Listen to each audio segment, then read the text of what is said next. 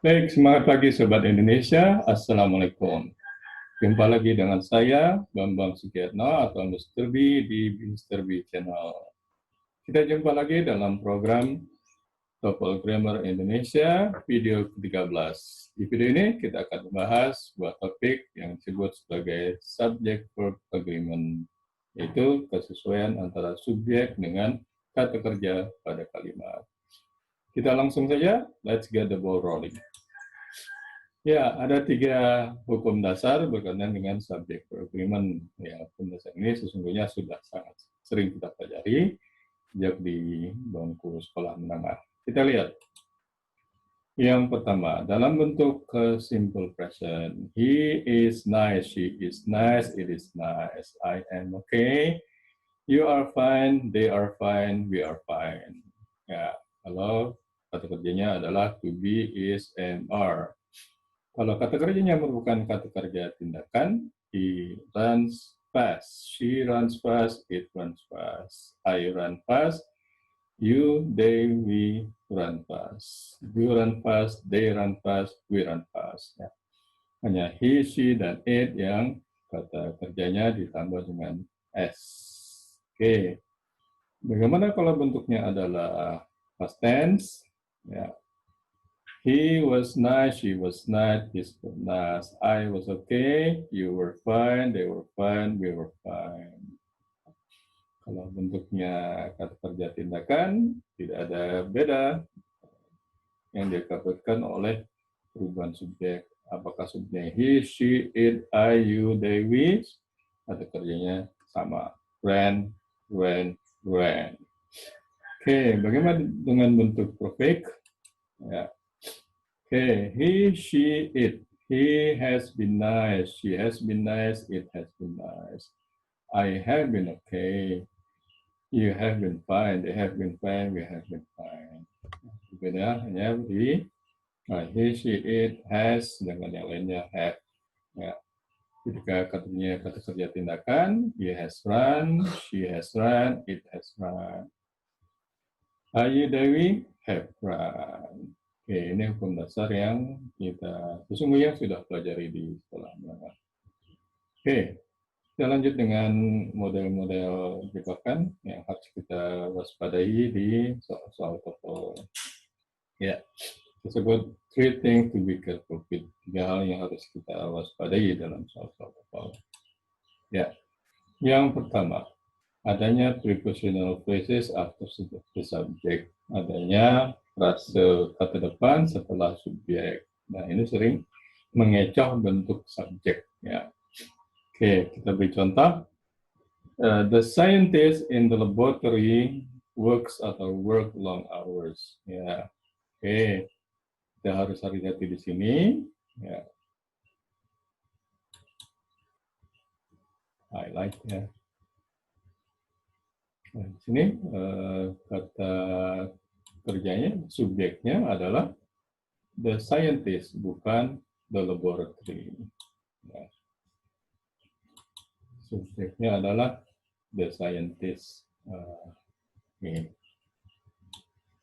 Jamak. Ya, jamak. Subjeknya bukan the laboratory, karena laboratory hanya menunjukkan tempat in the laboratory. Karena subjeknya jamak, maka kata kerjanya tidak menggunakan huruf S. Jadi, the scientist work long hours. Kenapa? Karena the scientist, kalau kita ganti dengan kata ganti, menjadi they. They work long hours. Ya. Contoh kedua, the cost of the clothes, blah, blah, blah, lower than I had expected. Nah, subjek pada kalimat ini adalah the cost. Ini subjek yang tunggal yang kalau diganti dengan pronoun menjadi it. Subjeknya bukan the clothes, karena di depannya ada of. Ya. Oke, berarti the cost of the clothes was lower than I had expected. Ya. Yang ketiga, the chairs for the conference has been or have been prepared by the janitors. Ya, kita lihat subjeknya. Subjeknya adalah the chairs, bukan the conference. Ya. The chairs bentuknya jamak, berarti kalau diubah menjadi pronoun menjadi they. So, they have been prepared. The chairs have been prepared. Bukan has been, tetapi have been. Ya, oke. Kira jelas ya. Chairs. Oke. Hal kedua yang harus diwaspadai juga adalah expressions of quantity. Ya. Ungkapan jumlah. Misalnya, most of the book, sebagian besar dari buku itu tunggal atau jamak. Ya. Kita sering mengira karena ada most menjadi jamak. Padahal most of the book, bukunya tunggal. Ya, jadi sebagian dari buku itu yang jumlahnya satu itu needs revisions. Kenapa needs pakai S? Karena kalau kita ganti dengan kata ganti pronoun, the book ini adalah it. Ya, it bukan they. Most of the book needs revision. It needs revision. Contoh kedua, ya, half of the books. Nah, books-nya di sini pakai S, berarti setengah dari buku yang banyak itu, berarti they. So they need reprinting. Yang ketiga, some of the money. Ya, some of, sebagian dari uang itu. Uang adalah uncountable. Ya. Dan dia uncountable, dia selalu dianggap tunggal. So, some of the money was spent for gasoline. Ya, was spent, bukan were spent, karena kalau diganti, it was spent for gasoline. Oke. Model ketiga, kita harus juga waspada terhadap kata-kata tertentu. Yang pertama, yang dimulai dengan some.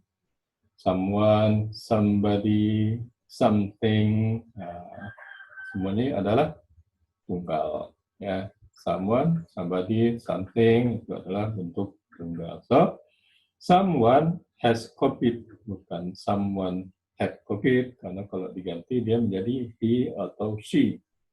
He has copied someone. Ya, oke.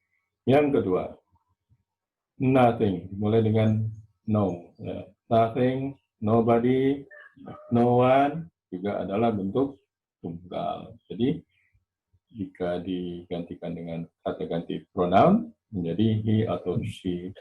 So nothing is going to be discussed further with the team members. Ya.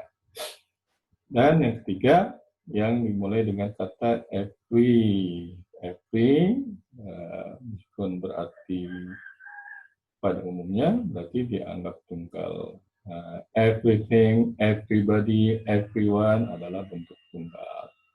Karena dia bentuk tunggal, maka dia diganti menjadi it atau he atau she.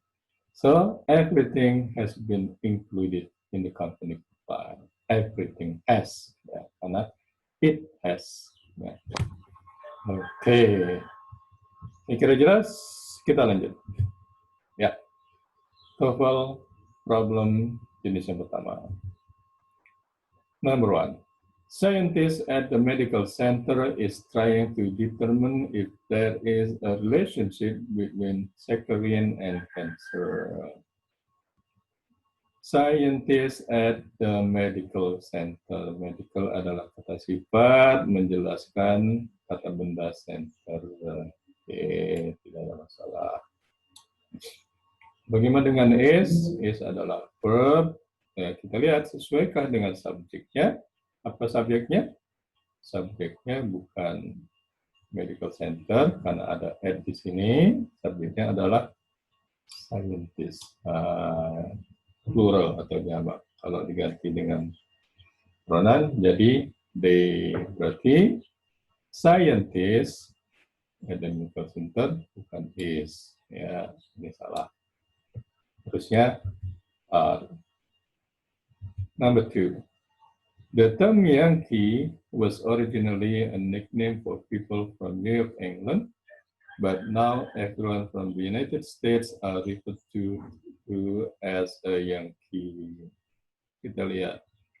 Was adalah verb untuk subjek the term. The term adalah tunggal, bukan jamak. So, The term Yankee was no problem. Correct. A nickname. Ya, nickname tidak ada masalah di sini. Benda, nama panggilan. Ya. Bagaimana dengan R? Lihat subjeknya apa? Subjeknya bukan the United States, karena ada from di sini. Nah, subjeknya adalah everyone. Everyone, everything, everybody adalah bentuk tunggal. So, harusnya bukan are, tetapi is. Ya. Number 3. Krakatau is remembered as the volcano that put so much ash into the air that sun sites around the world was affected for 2 years afterward. Kita lihat kata kerja yang pertama is untuk subjek Krakatau. Krakatau tunggal. So, is tidak ada masalah. Yang bagaimana dengan put? The volcano, subjeknya the volcano that put so much as put di sini hati-hati, kejadiannya adalah di masa lampau. Ketika Krakatau meletus, kejadian di masa, berarti ini verb kedua, tidak ada masalah. Oke, bagaimana dengan yang ketiga? Was effective. Kita lihat apakah subjeknya the word? Bukan. Ya. Di sini ada preposisi around. Berarti subjeknya the sunset. Sunset adalah bentuk jamak. So, berarti they bukan was, tapi were. Oke. Correction. Were effective. So, the error here, to be verbs disagree with the subject. Ya. Verb to be-nya tidak sesuai dengan subjeknya. Kita lanjut model soal yang kedua. Number 1.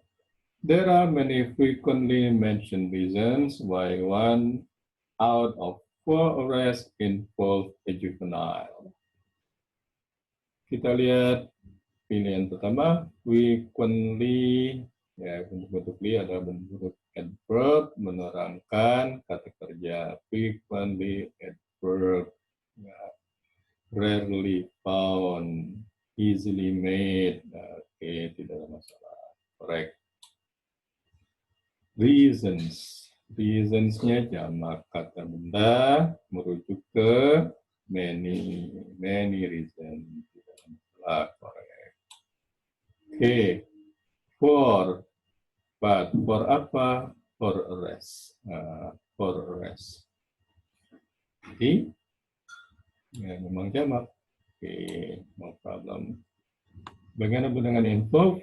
Ya, subjeknya adalah arrest. Arrest-nya pakai S, berarti dia jamak. So, info, kalau subjeknya jamak, oh bukan ya, terjebak ya. Subjeknya bukan arrest, tapi one. One out of 4 arrest, berarti subjeknya bukan jamak, tetapi tunggal. Artinya one, 1 dari 4 penangkapan. Arrest, 1. So, karena 1 dia jadi it.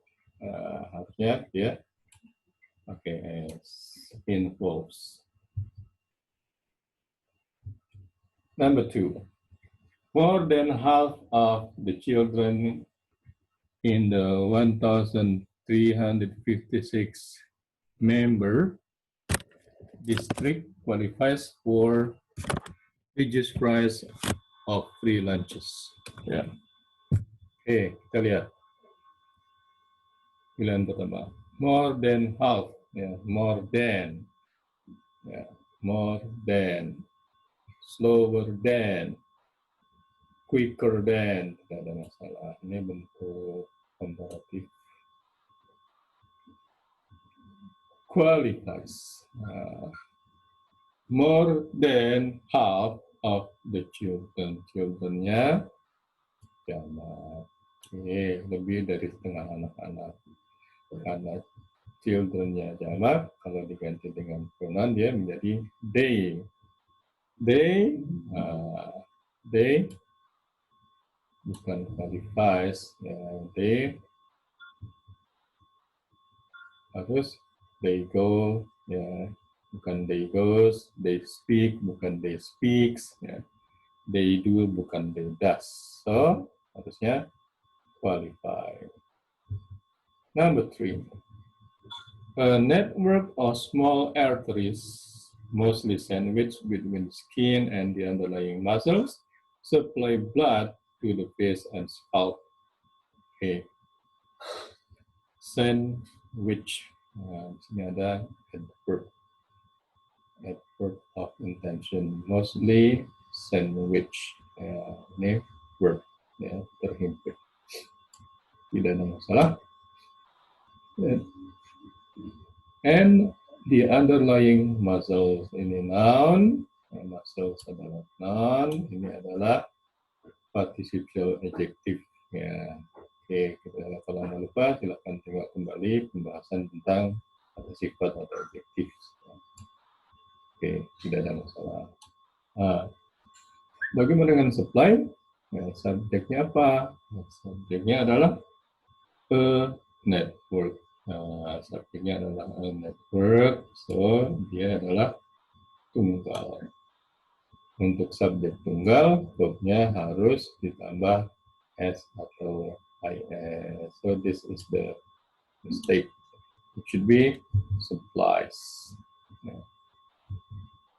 Okay, so the error is the action verbs disagree with the subject. Kata kerja tindakannya tidak sesuai dengan subjeknya. Oke, so begitulah yang bisa kita bahas tentang subject verb agreement, kesesuaian antara subjek dan verb, ya.